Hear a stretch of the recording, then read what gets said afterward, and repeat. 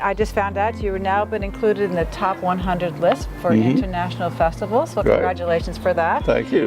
We have 100 filmmakers coming in. We have 100 filmmakers coming in, and we have 15 world premieres. And we have people from 5 countries, filmmakers from 5 countries coming. So we're really excited. A lot of them will be here tonight. Filmmakers and participants from all over the world come into little old Beaufort to celebrate cinema, to celebrate film. As a film buff myself, it allows you to see through other people's eyes, to see how other folks live across the world, and so to be able to bring that kind of energy and excitement right here to Beaufort is just so exciting. And so we're kicking it off tonight.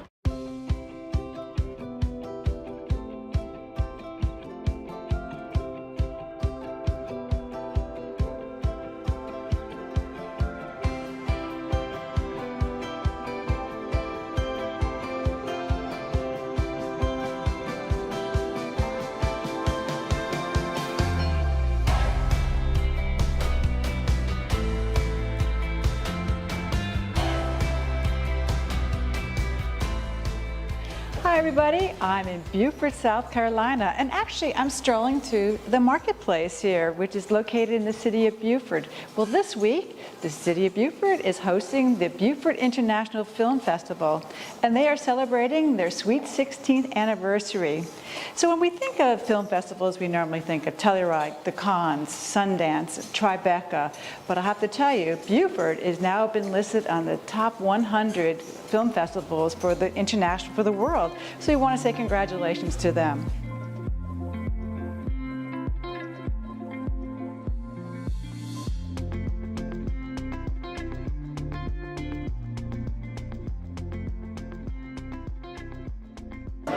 What is your name? Well, most people know me as Aunt Pearlie Sue, but I'm Anita Singleton Fraser, born and raised right here, Beaufortonian. Well, nice to meet you. Nice to meet you. And I'm so excited. I heard that you were going to be here this evening. And what is the name of your group, your choir? It's Aunt Pearlie Sue and the Gullah Traveling Theater. Gullah Kinfolk Traveling. These are my Gullah Kinfolk, and we're all part of the Gullah Traveling Theater. My goodness. And your travels, where do they take you? From West Africa, Sierra Leone, West Africa, to Barbados, West Indies, and everything else in between. Oh my word. That's exciting. Yes, so tell me about your music. Are you creating music and also singing songs from your heritage? Right. Tell me a little bit about that. Some of them are original pieces, and some of them are new arrangements of old Gullah spirituals, and some of them are just straight Gullah spiritual play songs and work songs from our history. Tell me a little bit about the Gullah in your songs, because I've done quite a few history shows, and I'm learning about the Gullah Geechee community and the soulfulness of the culture. In your song, is your song about a story that happened in life? Is like life songs, lyrics about life lessons? Well, it's a mixture, because some of them were code songs. Code songs? Code songs that the Africans sang on the plantation. The masters didn't understand the covert message, but those of us that knew was part of the Gullah community knew what was being said, that maybe somebody was coming through, and we could, swing low sweet chariot. That could mean Harriet Tubman is coming through, and we can escape on down the Ground Railroad to freedom. Isn't that amazing? So it's Morse code in a song. Mm-hmm. Nice to meet you, everybody, and thank you for joining me tonight. Thank you. Thank you. God bless. And I'm so excited. We finally made it here to Tabby Place, and I'm going to introduce you to Ron Tucker. He is the manager of the Beaufort International Film Festival, and I am delighted to see you. And right here, we're going to go inside in a minute and take a look at what's happening, because there is going to be a celebration for the next 6 days. Absolutely, and this is the kickoff. This was started the big week that we have, and it all wraps on Sunday night. I just found out you've now been included in the top 100 list for international festivals, so congratulations for that. Thank you. We have 100 filmmakers coming in. We have 100 filmmakers coming in, and we have 15 world premieres. And we have people from 5 countries, filmmakers from 5 countries coming. So we're really excited. A lot of them will be here tonight. All right, we can't wait to meet them as well. So for this evening, in the next 6 days, we have we have animation, we have long film, we have short film, and we have music score. Correct? So when somebody sends in for submittal, how does that work? Well, we start advertising usually about a week after this film festival. We'll be taking submissions for the 2023 festival, and they submit through a company called Film Freeway.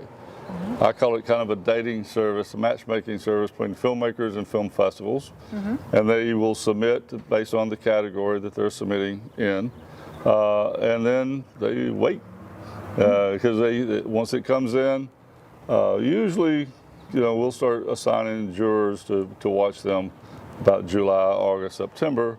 The deadline for submissions is usually 31 October. So even though the festival is not until February, they still have got to get the submissions in. And then we make our announcements on December 15th. Well, I'm excited for tonight. Shall we start? Me too. Yes, let's go. Thank you. Come on in. Look at this evening. The flags are up, feeling very international just before everybody arrives. And we made sure that Canada, United States, and Britain were, as you first come in, because we know those are represented. And then, of course, Brazil here. And someone said, how do you know if they're hanging right? I said, well, it depends on which side you're standing. They're going to be right one way or the other. So. And here, come on over here. We have the red carpet. Look how official this looks here. We can stand. Yeah, you have one here with no leaves on it, so that's great. That's right. You see? Well, we're going to look forward to finding some people to interview. Okay, great. Thank you. And as we're celebrating tonight, we have the Mayor of Beaufort. We have Mayor Stephen Murray. Nice to see you again. Hey, Kathryn, happy Film Festival. Thank you very much. We're excited to be here. And as your mayor hosting this wonderful film festival, what do you have to share with us? Well, I'm so excited. This is one of my favorite festivals that we produce in Beaufort. It's the 16th annual Beaufort International Film Festival. Filmmakers and participants from all over the world come into little old Beaufort to celebrate cinema, celebrate film. As a film buff myself, it allows you to see through other people's eyes, to see how other folks live across the world, and so to be able to bring that kind of energy and excitement right here to Beaufort is just so exciting, and so we're kicking it off tonight. What's your one takeaway from this, the film festival? I think what's most exciting to me is the filmmakers who are from all different backgrounds, again, from all over the world, film buffs from all over the country, sort of coming into Beaufort and celebrating cinema, celebrating film, but also celebrating the Lowcountry. I think this festival does a nice job of not only promoting film, but promoting film that is things that we love in the Beaufort, whether it's the Gullah culture, whether it's military, whether it's the environment, natural resources. They do a nice job of choosing films with things that are really important to us as South Carolina natives or being from Beaufort and from the Lowcountry. Absolutely. Well, thank you for joining me. Yeah, thank you, and Let's hope go inside. folks are come and see some films over the next few days. Yes.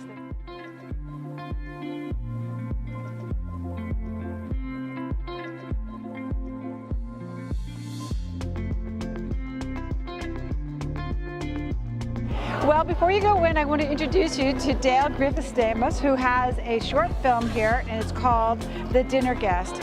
And it's very intriguing. Dale was sharing with me a little bit about it. Do tell. Well, it's a short film, about 14 minutes long, and it's the story of a woman who invites her husband's mistress to dinner. Really now? Yeah. Now, this mistress is a colleague, and so they just think she's inviting this colleague to dinner. Neither the husband nor the mistress know that She knows. Oh, no. So what's this all about? What is her sly plan? Why is she doing this? Is pretty much the story. I think I'm going to watch that movie. That could give you some idea. So in your movie, you've been nominated for Best Actress, and what else? Yes, so the Best Actress is the nominations for Molly Leland. Okay. And Molly Leland is, I've worked with her in, because I started out as a playwright, so I've worked with her in stage plays, and now in film. She's incredible. And then the other two cast members are also incredible. She was nominated for Best Actress. All three of them are nominated for Best Ensemble, and the other two actors are Juliana Robinson and Kenny Johnston, and again, they were all a delight to work with. Oh, this sounds wonderful. And what do you know what day you're being aired? Yeah, Saturday at 9 a.m. is when it screens. Excellent. Well, definitely. Well, thank you for stopping by. Thank you so much. And it's delightful. And also, I want to say you wrote, produced the show, or the movie, and what else? Wrote and directed and produced. Wow, you're a very talented lady. Thank you so much. Okay, we'll go on tonight. All right. Well, I'm excited to introduce you to Paul Inman, who is a short film, and your film is called That Feeling, and it was really interesting. What makes that so unique, your film? Okay, so That Feeling is based on a short story by Stephen King, and he does a program for independent and student filmmakers where you can buy the rights to one of his short stories for $1. I love that idea. It really inspires people to think about it, and it's wonderful to have it, you take his story and then you make it your story. Yeah. So the adaptation process was pretty awesome, and it took a while. And this particular story is kind of an enigma a little bit. Tell us about that. It's about this couple who is on their honeymoon, and the wife is experiencing all this deja vu happening while they're on their honeymoon, and she's like trying to figure out like how all this is relating, and she's sort of having like a mental break a little bit, and you kind of see that through the lens of Stephen King's storytelling. Gee, that's a far-fetched, right? Yeah, right. But I love the idea, and I really wish you a lot of luck. I mean, I just love you could go to find that out, and I love the fact that gives you a platform to take his stories. Yeah, it's great. It's fantastic. Have you created any other films yet? Yes, I have. I have done a few films in the past. Some of them, luckily, have been accepted to film festivals and won a few smaller awards. So. Well, congrats. And you're also from South Carolina. I am from South Carolina. Yep, that's well, right. I wish you the best of luck. All right, thank you so much. Appreciate it.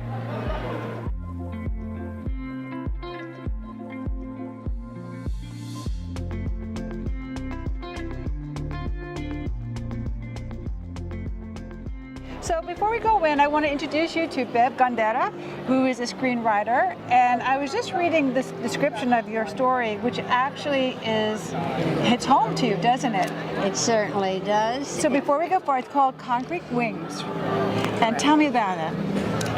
The story is inspired by my husband's experience as a young teen sent out of Cuba on the eve of the Bay of Pigs to retrieve smuggled family jewels. He was tasked with coming to America, helping his family come over and retrieve those jewels. So it was quite an adventure for him. How old was your husband at the time? He was 16. My goodness. And he's extremely courageous to have done what he did. He did it with dignity. He did bring his family over to America. They enjoyed their citizenship. But the story's about a quest for freedom, not only political freedom, but personal freedom. And you're also in the category for the screenwriters, right? I am. I'm one of 5 screenwriters who are finalists at this film festival, which is quite exciting. Well, thank you, Bev. Very nice to meet you. Thank you. And I wish you all the best, and we'll see. I hope so. Thank you. I want to introduce you to these people who just came in from LA. I'm excited to have you. Welcome to Beaufort. Thank you. And they have created, well, thank you very much. And they have created a film called Reopening. And it sounds like a really fun thing. And we call that not a documentary, we call it a Mockumentary. All right, so tell me about it. You go first. Yeah, no, I mean, Reopening is a comedy mockumentary. It's based around a small theater in Tennessee that's trying to attempt to reopen in the midst of the pandemic. Trying to basically come up with an idea and see if they can, adhere to CDC guidelines and reopen the theater. And all the craziness that ensues. all the misadventures that they go through. Is this a short or long film? It is a feature, yeah. Feature, oh my 90 goodness. minutes. Oh, wow, very good. So when the world kind of shut down, the Groundlings Theater in Hollywood shut down, right? The whole world shut down. Mm-hmm. So all these improvisers, a lot of people just weren't working. So we had this idea, like, let's all band together and make a film during this crazy time about a theater trying to reopen. So pulled in so many favors, and the film is completely improvised. So whatever you see is literally improvised. We wrote a 30-page story and just took off and finished the film in a year. We really focused on the characters because we really think that people will be attached to the characters and who they are.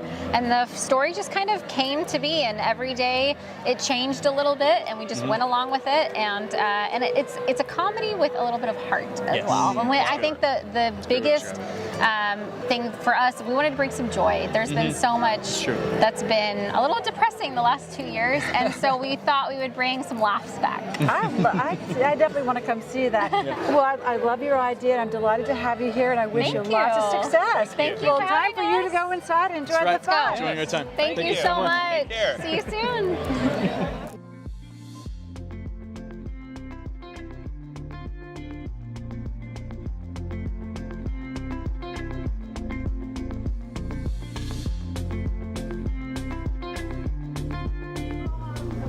But before we go inside, I want to introduce you to Hoyt Richards, who's been here 5 times already. That's right. And for this occasion at the festival, you have submitted 2 short films. That's correct. So do tell me about that, please. So the first one's Hell in a Handbasket, which is kind of a sci-fi comedy that pokes fun at COVID a little bit, so hopefully people are ready to finally laugh at that.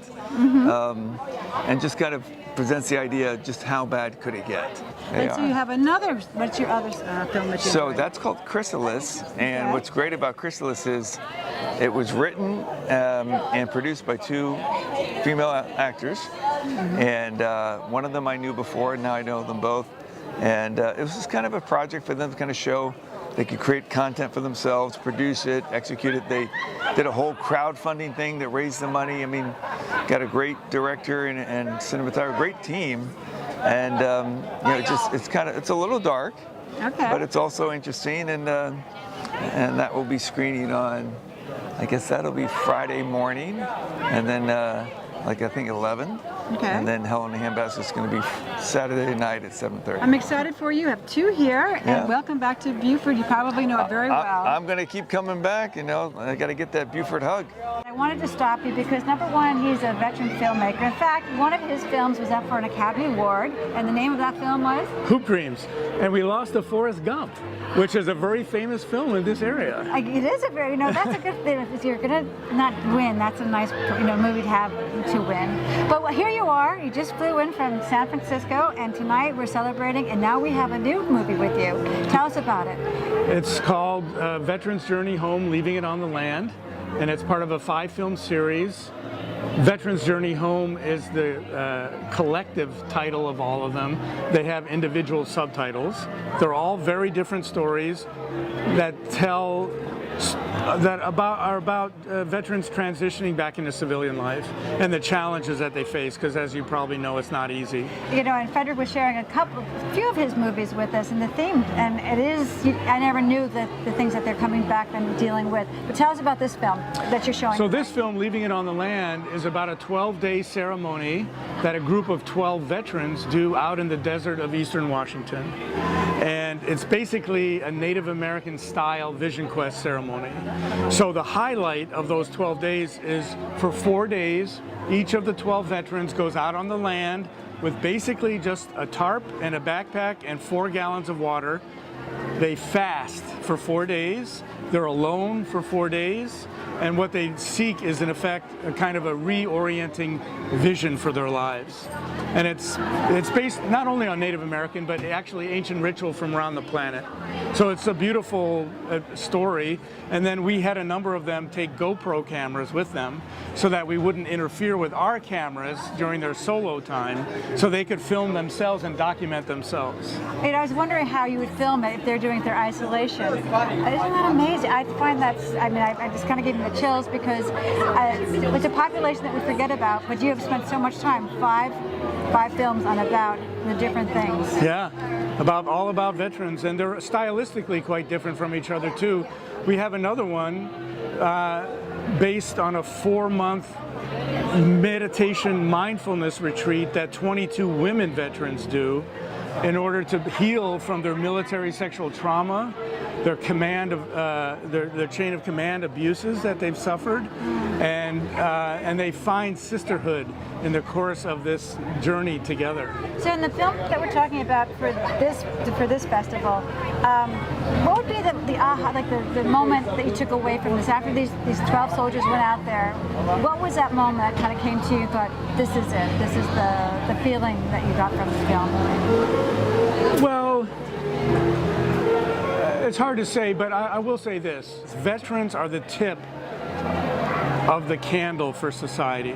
If veterans can find peace and well-being through all that they've experienced, they can model for the rest of us what it is to find peace in this life. And we need them to do that.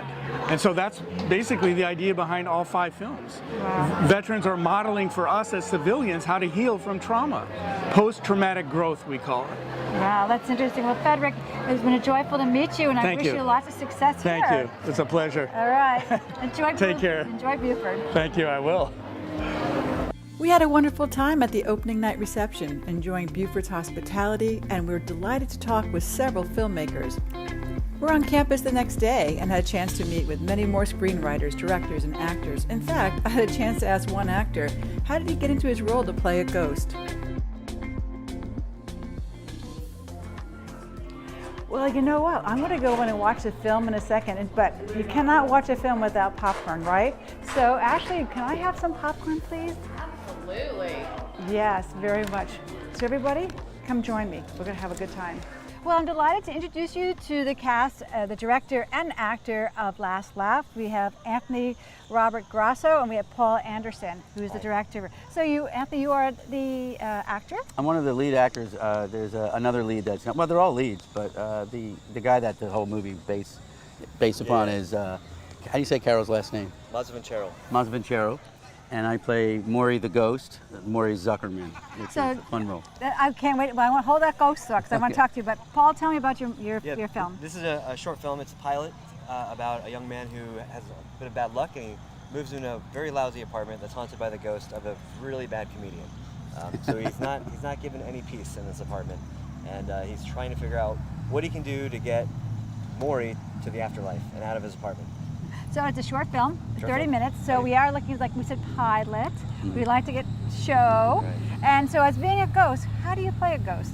Well, not very different. I just look terrible at it, that's all. They kind of made me look, I like to call it the Beetlejuice of my career. You know, it's just that kind of, you know, outrageous kind of physicality, and he's very, he just gives really bad jokes. He's not a good comic. And I'm not a comic, but it was fun to play one. It was more about playing an overbearing comedian. Yeah. Right. Very needy. Yeah. You know, always asking for advice. The poor guy is just trying to get me out of there. Sounds like relationships. All right, gentlemen. Very nice to meet you both. So I wish you lots of success. Yeah. And also, you are up for nominated for Best Comedy and Best Ensemble Cast. All right, my fingers are crossed. So vote, guys.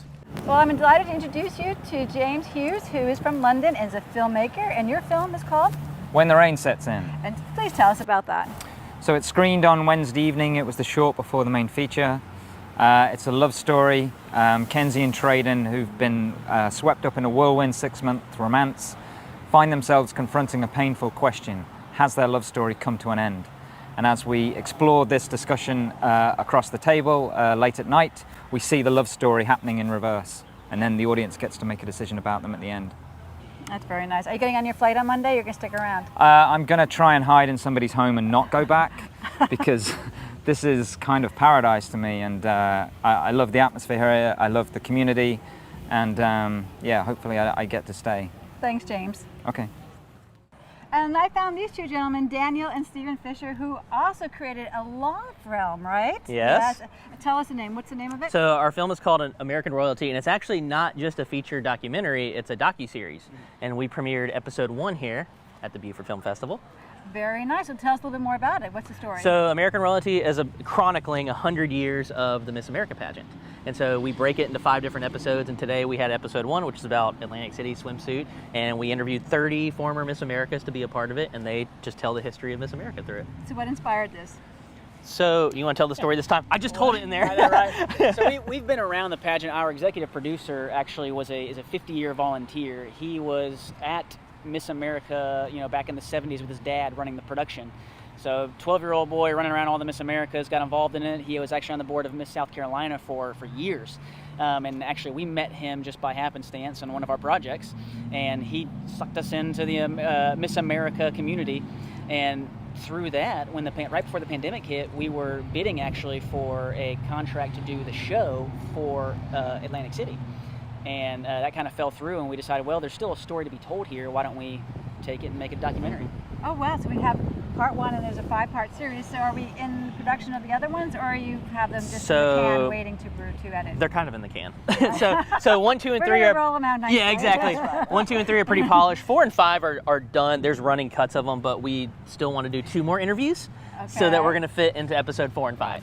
Any prelude? Any sort of tell us a little bit about what's in 4, 5, and 2 and 3? So 4 is about women of color in the pageant. So kind of a hot topic for an organization that's been 100 years old. Yes. And episode 5 is about the women's movement and what the future is going to hold for Miss America. We really wanted to focus the last episode on talking about, is the pageant going to survive? What do you think? After you've watched 4 episodes, and probably by the time you get there 4.5 episodes, do you think pageants are relevant? Do you think Miss America is relevant? Do you think it should survive? Right. Now, so how do we watch these films? I mean, we have it here, but is there So some sort of portal platform? Right now, we're in the process of getting distribution for it, so we'll have to let you know.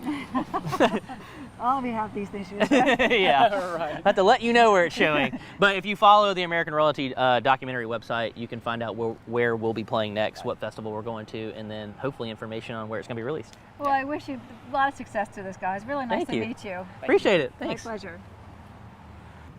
And we have one more Canadian from Toronto with us, which I love having such the contingency. So this is Sean Sistern. Did I get it? Perfect. Perfect. And you have a long feature film here. Tell us about it. Yeah, so our story is called The Long Rider. It's a feature doc.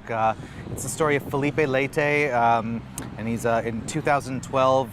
Felipe's has to leave his adoptive home of Canada, and to get back home to his family in Brazil, rides a horse from Calgary to Brazil, and it's like a 25,000 kilometer journey on horseback, crossing 12 international borders, all to return home to his family. So yeah, it's a pretty grand and epic story that remarkably probably couldn't take place today. It happened about 10 years ago. So going behind the scenes, I mean, how long did it take you to shoot this movie? So Felipe, our protagonist, like when he was undergoing this adventure, took a handycam with him and documented the whole thing. So when COVID happened, we needed a project to do, and I was able to access all of Felipe's footage and spend the last couple of years kind of compiling it and taking 500 hours of footage and whittling it down to a 90-minute experience. Wow, that's a story. That's one thing I love about the film festival is that I'm always taken back by filmmakers, the story, the screenwriters, the directors, and how you can take a story like this and bring it to the screen. I mean, that's why we have Disney, and this is why we have all the things we have. So are you nominated for? I think we're up for Best Documentary, yes. First, yeah. Okay, and then the other thing is you've been here before, to my understanding. That's right, yeah. In 2020, I was here with a movie called From the Vine that we shot in Italy with a guy named Joe Pantoliano. He's from The Sopranos. He's an Emmy winner for The Sopranos. He's in The Matrix, Memento. And our film From the Vine was here as a wine movie set in southern Italy. So that seemed to win the crowd over, and we won a couple of awards. You always like wine. I mean, that's always that's a wine's shoe. awesome. And, that's why I named my show Coastal with Kathryn, because everybody loves coming to the coast. Yeah, absolutely. That's a very simple thing. Well, anything else you can share with it? Do you have another film in the making? Yeah, so we were originally supposed to do the narrative version of Felipe's story when COVID shut down borders. So I have the script ready to go, like the Hollywoodized version of this story. So this documentary is going to be a wonderful tool to help sell the bigger budget feature film version with actors and whatnot, and yeah, the two can kind of live side by side in the marketplace and hopefully propel each other's interest. Oh my gosh. Well, I love your stories. Very nice to meet you. Likewise, and I yeah. can't wait to see you back next year. I love Beaufort. It's a wonderful, remarkable, supportive community of the arts, and it feels like home coming here. It's wonderful. So what is my takeaway from the Beaufort International Film Festival? A lot. Not only do we have a chance to see the beautiful city of Beaufort and how the Southern hospitality is amazing here, we met talented filmmakers from all around the world, and it was wonderful to hear their stories. If you haven't had a chance to see the film festival, I highly recommend it. Mark it down on your calendar for 2023. It's the last week in February, and be sure to check it out. As always, I want to thank you for joining me. Make sure you always see our episodes, subscribe to our YouTube channel, Coastal with Kathryn, and you'll never miss a show. Thanks again. Until next time.